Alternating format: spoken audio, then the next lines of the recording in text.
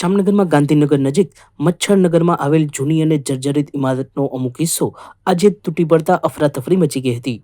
આ અકસ્માતમાં એક મહિલા ઇજાગ્રસ્ત થતા તેમને સારવાર અર્થે હોસ્પિટલ ખસેડાયા હતા. સદનસીબે કોઈ જાનહાનિ ન થતા સૌએ હાશકારો અનુભવ્યો હતો.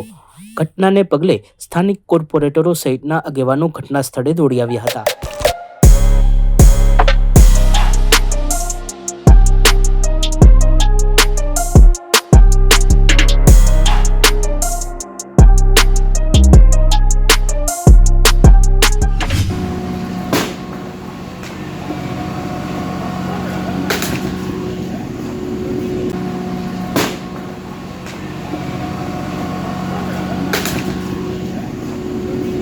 જામનગર જિલ્લાના જોડિયા પંથકમાં રેતી ચોરીની ફરિયાદો અવારનવાર ઉઠતી હોય છે. ગામ લોકોએ ગેરકાયદે ખનન રોકવાનો પ્રયાસ કરતા ખનન માફિયાઓ હિંસક બન્યા હોવાની ઘટના પ્રકાશમાં આવી છે. રણજીતપર ગામે જૂની હાજી નદી પાસેથી રેતીનું ગેરકાયદે ખનન કરી જતા ડમ્પરને ગામના અમુક લોકોએ અટકાવતા ખનન માફિયાઓએ ગામ લોકો પર હુમલો કર્યો હતો.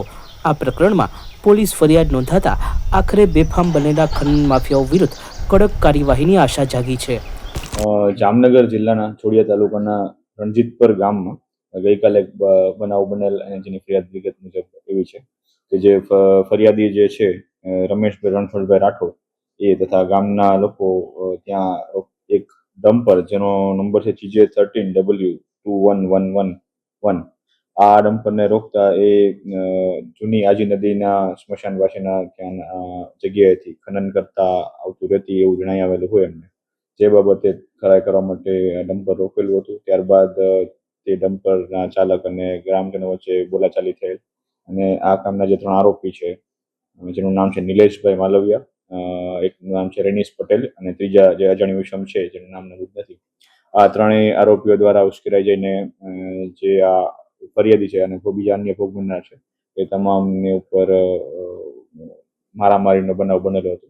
જેના આધારે ભારતીય ન્યાય સંહિતાની કલમ 54, 115(2), 118(1), 352, 351(3) અને CP એક્ટની કલમ 135(1) મુજબ જોડિયા પોલીસ સ્ટેશનમાં ગુનો નોંધવામાં આવેલો છે અને હાલ આગળની કાર્યવાહી ચાલુ છે.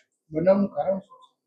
પ્રાથમિક દ્રષ્ટિએ અને જે ફરિયાદ મુજબ બનાવનું કારણ એવું છે કે જે ગ્રામજનો અને જે ફરિયાદી છે એમના દ્વારા આ જે ટ્રકનો નંબર મેં જણાવેલો છે, ટ્રક ડમ્પર એ જૂની હાજી નદીના પટમાંથી આવતું હોય અને રોકવા પૂછપરછ માટે રોકેલું હતું અને જે બાબતે ઉશ્કેરાઈ જઈને એ 3 વ્યક્તિ જે આરોપીઓ છે જેમના દ્વારા હુમલો કરવામાં આવેલો છે એવું જાણવા મળેલું છે.